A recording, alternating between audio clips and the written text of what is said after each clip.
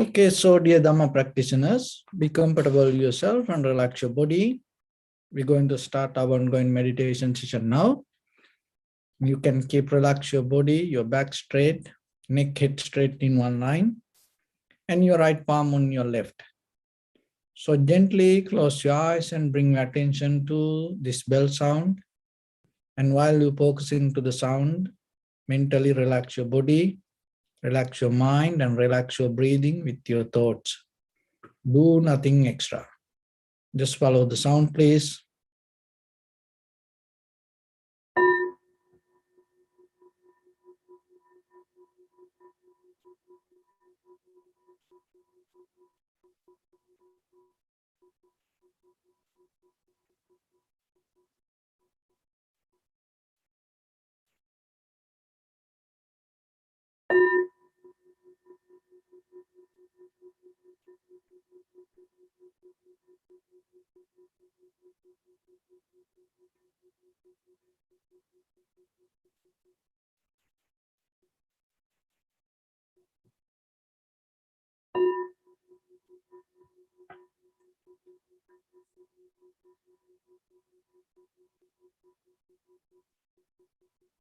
Namo tassa bhagavato arahato samma sambuddhassa. Namo tassa bhagavato arahato samma sambuddhassa. Namo tassa bhagavato arahato samma sambuddhassa. Homage to the Blessed One, the Exalted One, the fully enlightened one. So, dear Dhamma practitioners, before we start our practice session, we'll take few minutes to clarify ourselves how this practice can help for us. So, when we develop skills, that is skills, we bring from another name, that name called techniques. So what we call technique is the skill we develop to increase our abilities. So meditation also kind of like a way of mental technique that you can practice to develop your awareness. And then when it comes to techniques, it is universal. So you have to learn it properly and apply it to your life. So then you can get the benefit out of it like the all other enlightened masters had it. So when it comes to our human life, that we have to see why we have to practice meditation like this. And when it comes to our day-to-day life, that what we really experience as our life come out of our own thoughts. So your life covered by your own nature, not something else. That nature means the ideas you already develop in you. So then you experience it as a life. And then you live with it. And then you repeat it, and then it gets nourished again and again. And then we maintain it. And that is where we become more comfortable. But when it comes to our very natural life, that whatever happens to us, it always happens in a very brand new way. But our mind get it with the certain kind of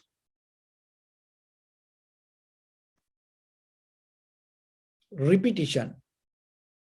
So that itself allow us to experience the same thing again and again and again. So it is actually not happening outside, it happened really inside our mind.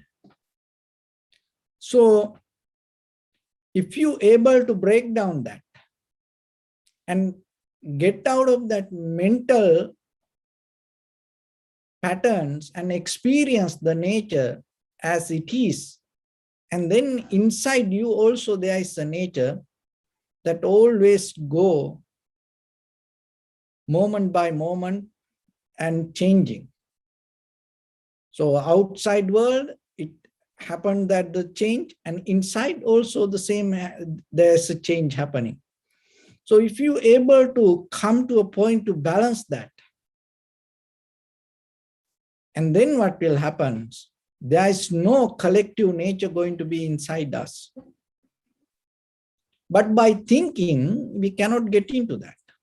It is not a kind of like a intellectual way of achievement. You have to get into it by experience. So then that's why we need the technique to get into that experience. So the techniques that we develop here, observing the inhalation, exhalation, and tuning to the present moment, not following the past experience, not thinking any kind of ideas, or not hold it to any believing. So just simply, so what you experience in the moment within yourself, following your inhalation, exhalation, and just recognize it. That recognition will help you to get into a very new understanding. So this human nature is very, very kind of like a beautiful. It has a kind of like a very natural way of behavior. If you're able to understand that, and you can and gain something better than what you experience. So,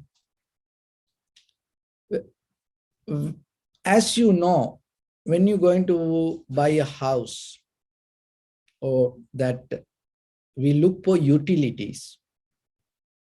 So the utilities, water, power, gas, so these kind of things. And once you have that, it makes your life more comfortable. Then your living become very easy. But the water, power, gas, those are not going to bring the life. Those are going to certain help.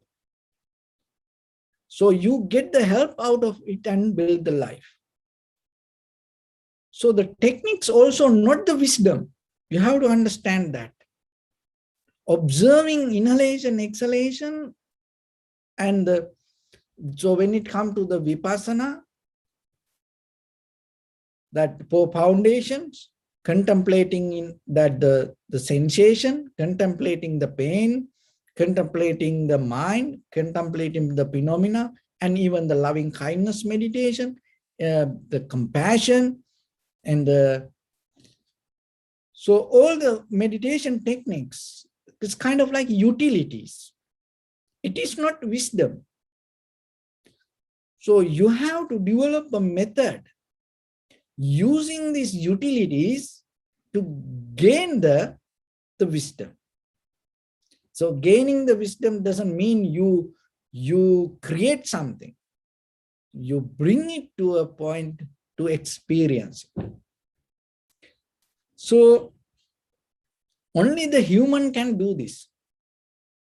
Other animals cannot do that. So as you know, maybe that this completely, that what you experience, that when it comes to meditation, it's deeply, you have to understand in the very first level, it is a kind of like a change your brain chemical. Not only the meditation, whatever you experience in day-to-day life, it go with your brain chemicals. And then after that, it affects for your whole nerve system. So this, that in human body that we have DNAs. So that DNA kind of like 20,000 genes we have. So some kind of onions have 40,000 genes. So then that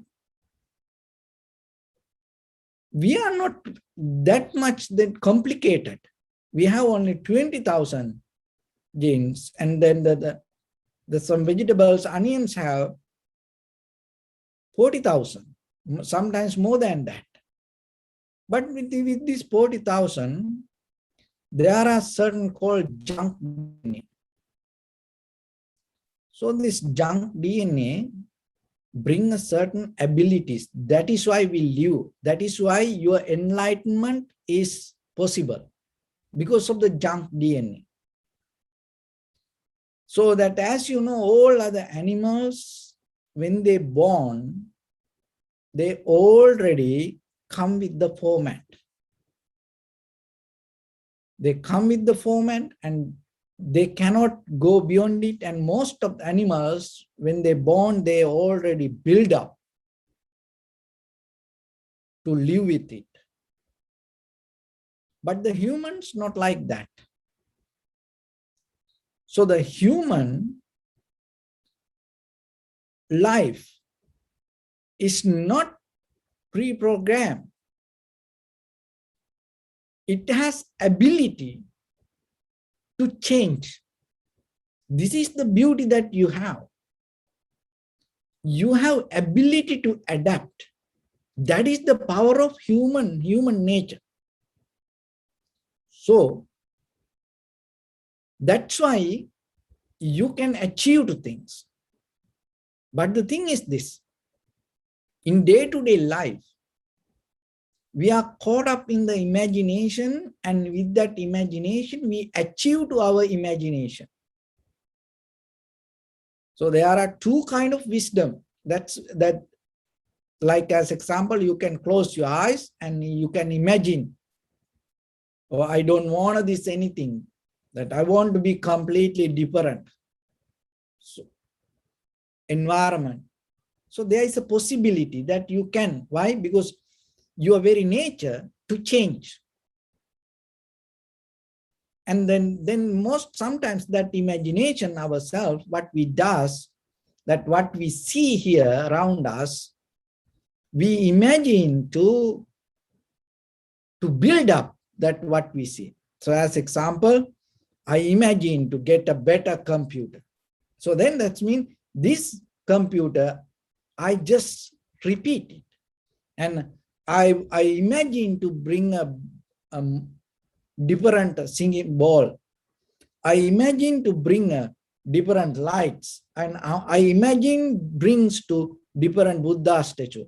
So it is possible. This is what we keep doing in our life. That is the very nature of conventional life. It comes out of your imagination. So then you have to understand the very key point, what you imagine is possible. So then you have to be very careful with your mind. What is going on inside your mind? Because here, if you are cuckoo, then what will happen? You experience your day-to-day life like that.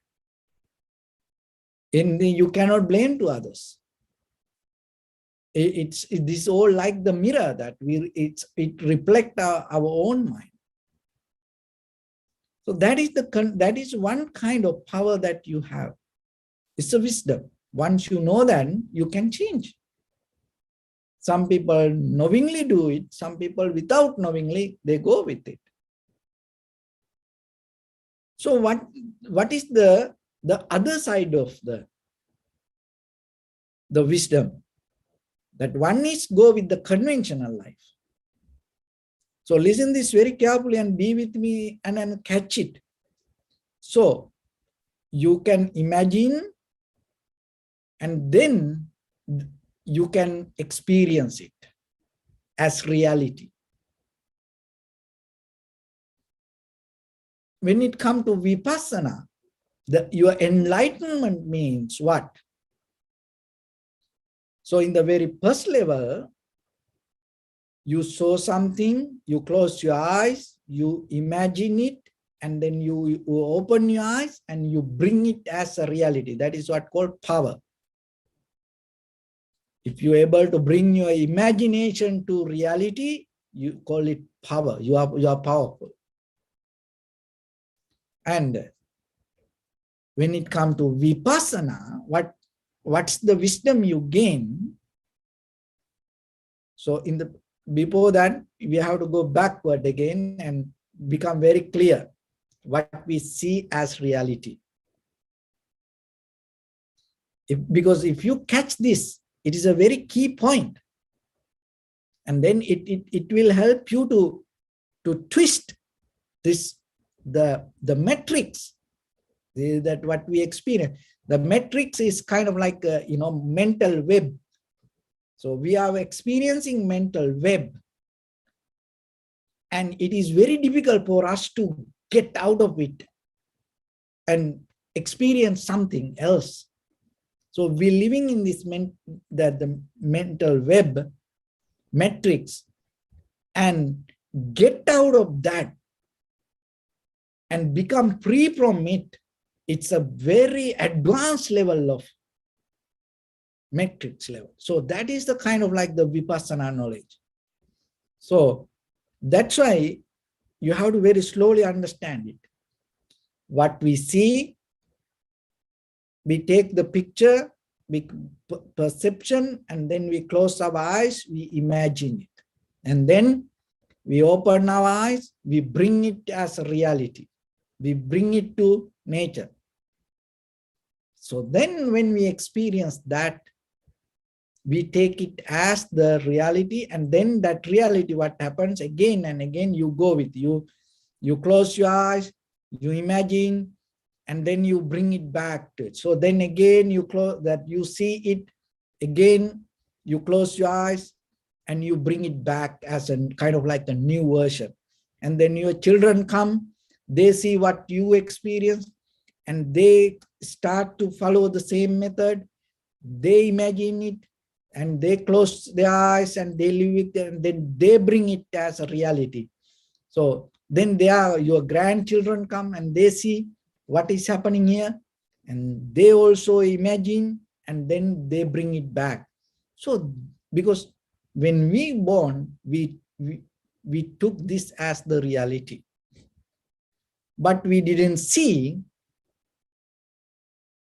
the reality that what we see is an imagination from our grandparents. So when you practice vipassana, still that you understand that maybe the imagination can happen, because that's the very nature of life. And the imagination happens, maybe you bring it, these all things as nature, and you live with it, but you live with it knowingly. It is the result of imagination. You don't take it as a reality. So in the conventional life, we take the imagination as reality. In the vipassana knowledge, you see the reality and you recognize it came out because of the imagination. And then what happens? When you have that wisdom in your mind, anymore, that imagination and reproduction not going to happen. And that is where your liberation happens. So otherwise, that what we imagine, we bring it as reality. It happened invisibly. It happened deeply, very silently. But once you recognize that whatever go through in your mind, whatever come to your mind, from there, it start to destroy, erase. And that is where your end going to happen. And that is where you're not going to belong to anything.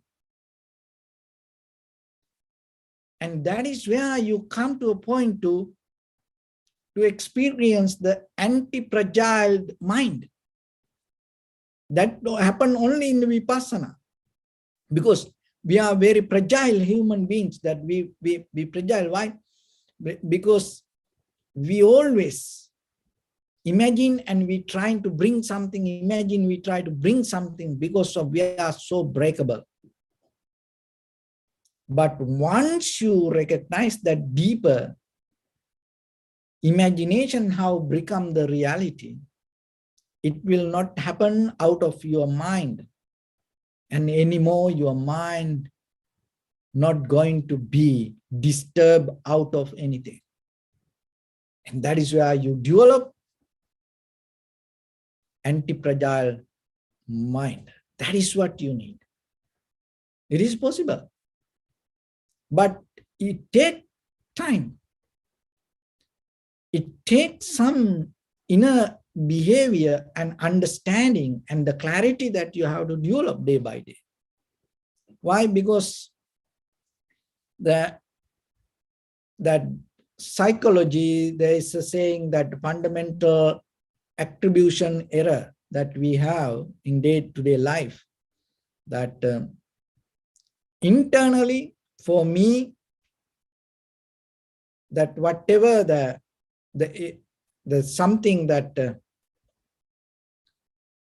we do internally, if something is good, it is for me. And if something bad, it is for outside. So it is for external. If something good, oh, I done it. So it is, we go with the internal. And if something go wrong, and it is because of the outside, because of the others. So we have this behavior, and then we go with it day by day, day by day, day by day, and developing this self-centered experience and looking for our own comfort. And so we addicted to feel good. That's why we addicted to feel good.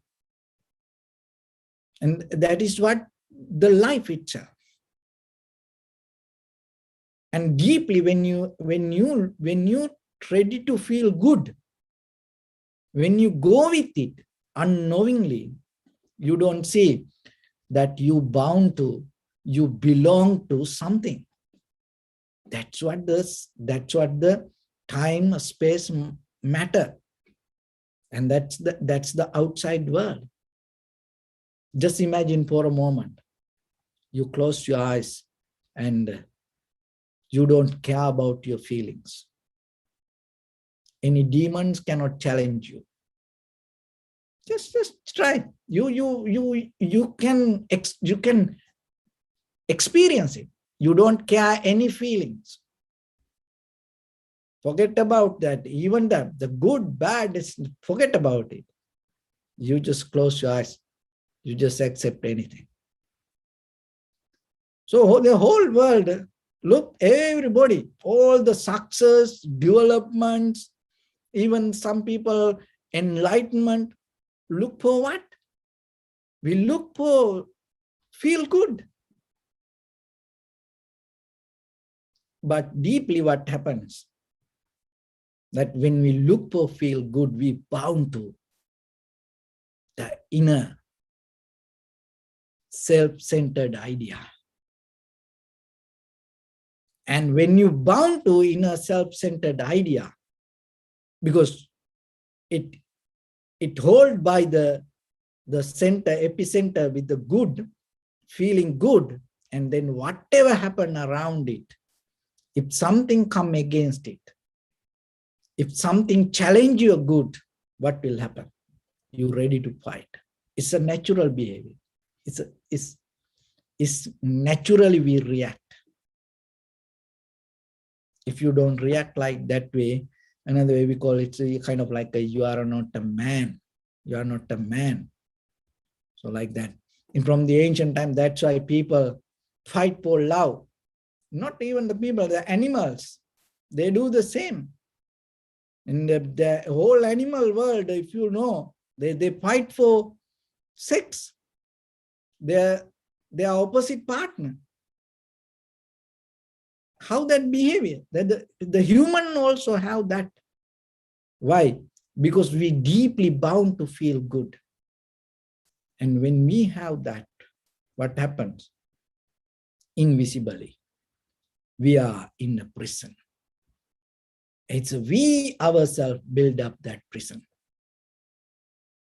So that's why we deeply start to observe rather than go with the feeling good, rather than holding and putting a seal on it, or this is good, this is bad, like that way. Because once you hold something, you have to remember, somewhere in this universe, something against going to happen for that. So if you hold as idea, this is good, somewhere in this universe, there is something bad start to arise according to that, what you hold. So when you hold as something, oh, I like it, somewhere in this universe, the opposite side start to arise. I hate this. So then once you hold it to feel good, what happens? Somewhere, whatever the feel bad going to wait for you. And then you already become a prisoner to unknown world. That itself we call the samsara. So then, rather than hold it to feelings, that's why in the Vipassana we observe the feelings. That is a challenge. You have to be very skillful person. That is what called technique you develop. Rather than hold it to it, go with it, you just observe and see the very nature of the feeling. And once you see the nature of the feelings anymore, that feelings you cannot name as good or bad. You name it as a good or bad because you didn't see it. How it come to be as it is. Any reason, not about the feelings. Even when it comes to fundamental law and law ethics, even in the human world or anywhere in the world, anything. If you see whatever the incident happened, and if you're able to see the entire diagram and an entire incident from beginning to end, from each and every angle, with all the timeline, if you're able to see, you know what happened? You will get out of the view that you hold, oh, this is wrong, this is right. Why we come to understand, oh, you are wrong, you are right, oh, this is good, this is bad, like that way? Because we have no capability to see whatever the incident from the beginning to end, from every angle with all the timelines. If you're able to see, you will recognize things happen according to necessary cause and conditions from each and every single millisecond by millisecond by, and when you see that, you cannot take a person and tell, oh, you are responsible for this. Oh, this is something good, because you see it is just the end result. So I hope now you can get it, that where we are, this experience, because we experience the end result. We don't see the beginning. We don't see the way happening. we just go with the outside. It's a, it's a 1% out of, that all other 99% that we don't see. That itself we call ignorance. How you can come to a point just holding out of 99, just holding 1% out of 100. And how you can tell, oh, this is good, this is right, this is wrong, I like this, I hate this. How you can tell that? So that itself, that hold it to ideas, so the self-centered mind itself is called ignorance. But you are capable. Even though we have it, we are capable to go beyond. That's what you have to know. That is the beauty of the Buddha. That is the Buddha gave the wisdom to the world. You can change by yourself. Maybe there are many other ways, but 100% for sure, you are capable to change by yourself. You're born with that ability. So then gain that opportunity. Why you suffering? Why you have the pain? Why you struggling? Why you fighting? Why you develop the resistance with that? Because you have ability to change. So take that opportunity. Look into it. And see where you can get out of this mental web that you already experienced. And there is maybe more better way of life is waiting for you. If you are so comfortable wherever you are, as who you are, it's up to you. We cannot tell, oh, everybody need to change. No, everybody no need to change. But if you look for the change, then there's the key. Then what is the key? And get out of your imagination.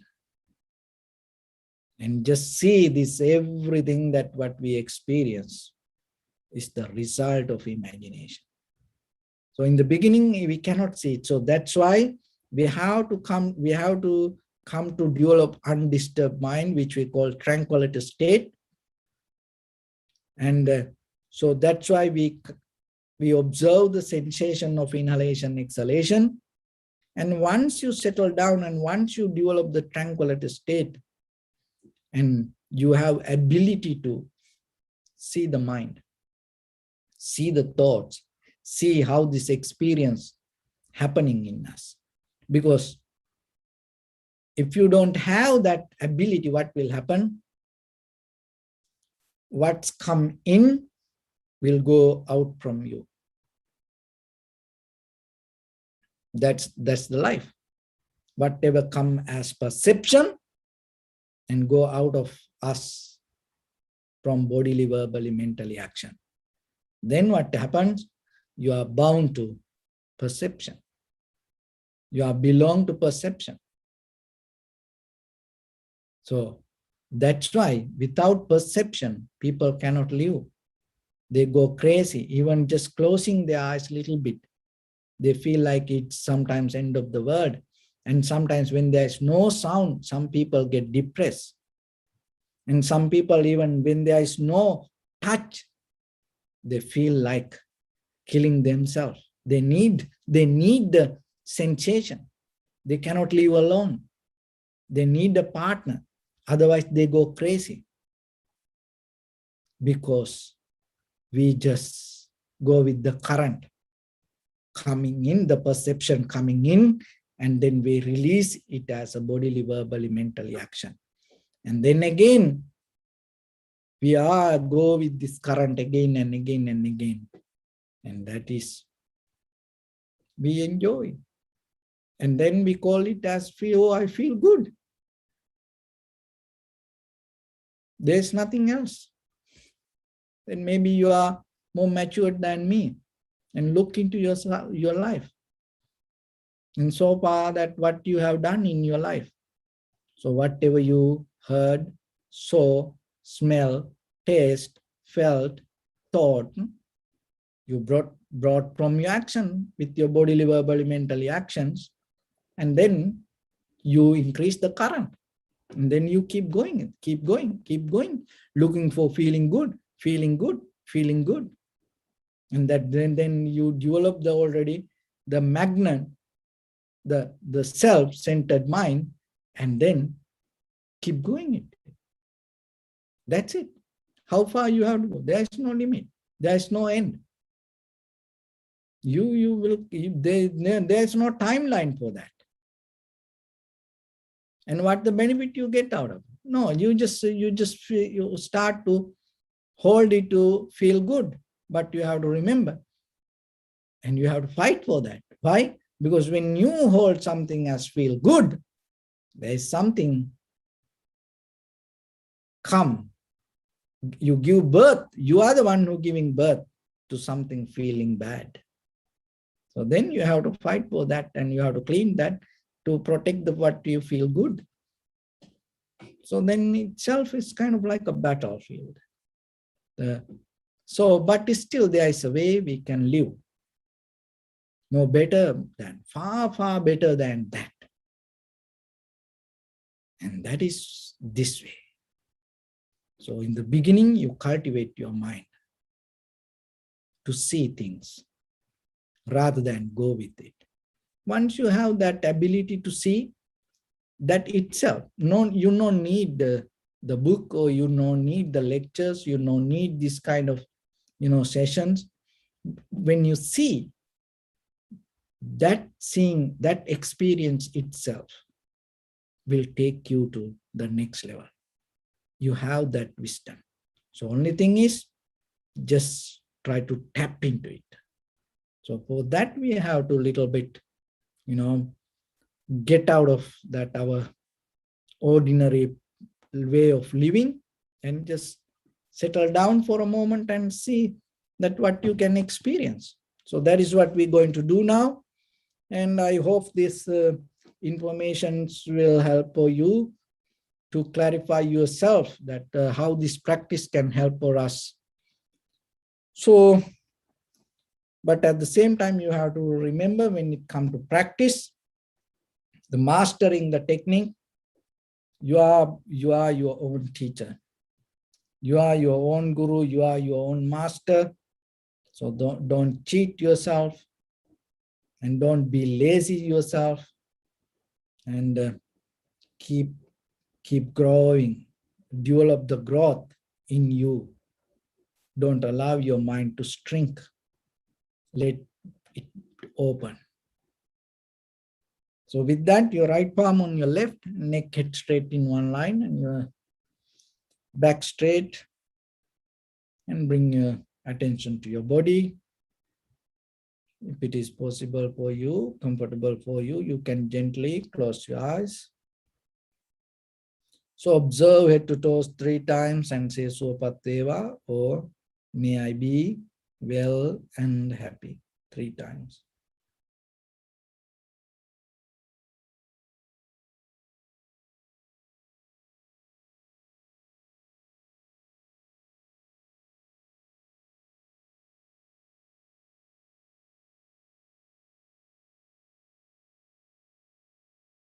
Take a moment and think. We gathered here in this moment to practice this ancient meditation technique. All the Buddhas, all the enlightened masters followed this path and achieved wisdom. So we also gathered here to accumulate that knowledge. In this moment, with this sitting, may my body become more comfortable, may my breath be more smooth, may no difficulties come to me, may all the success come to me. Also think for a moment, this is the last moment we're spending in this very lifetime, And detach your mind from all your past memories and as well as any kind of future thoughts. Just try to remain in the present moment, observing the sensation of your inhalations and exhalations in front of your nose and your upper lip area. So in the beginning, deeply and gently breathe out 3 times, please, and find the sensation.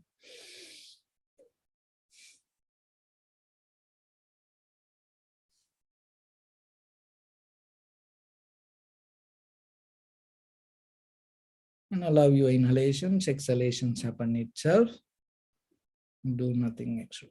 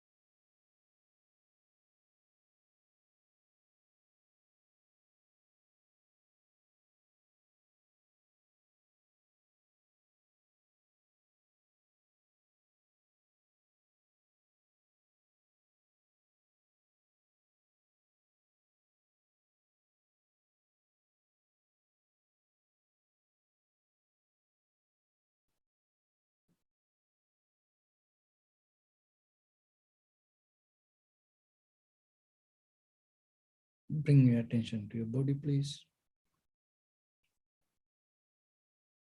Observe your posture.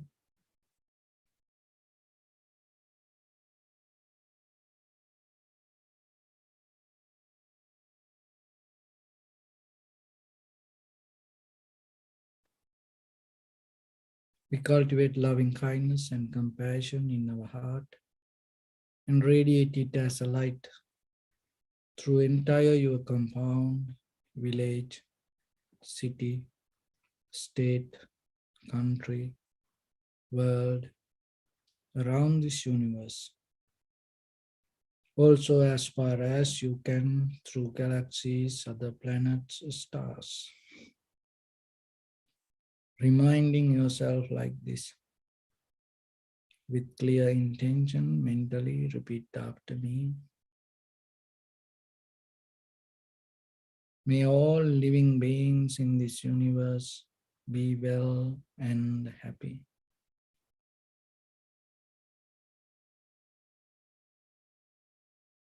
May everyone be happy and safe, and may their hearts be filled with joy.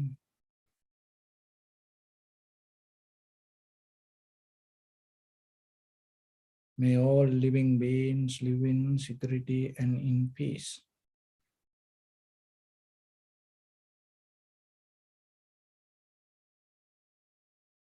Beings who are frail or strong, tall or short, big or small, visible or not visible, near or far away.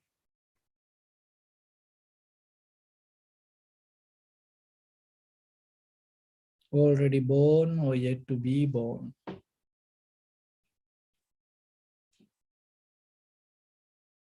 May all of them dwell in perfect tranquility.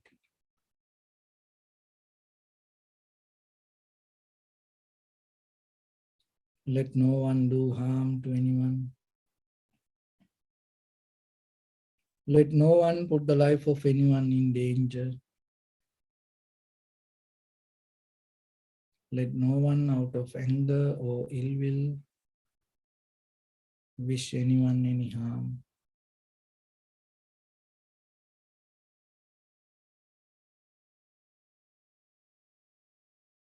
Expand the loving kindness and compassion beginning from your heart. Forward. Visualize yourself and send it as a light.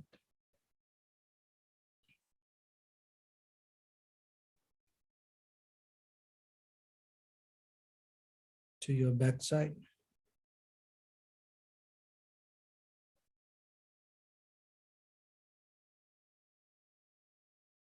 To your left side.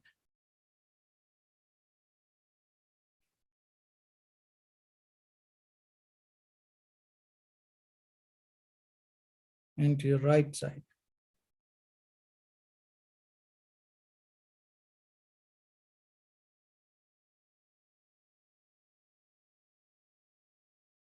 Downward.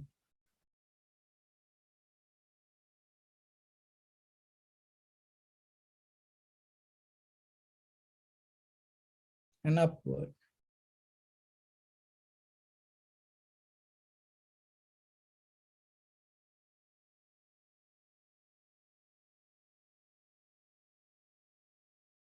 To all 6 directions at once, like the moon, the sun, spread the light, spread the energy, without any condition, without any limitation, without any resistance or without any judgment.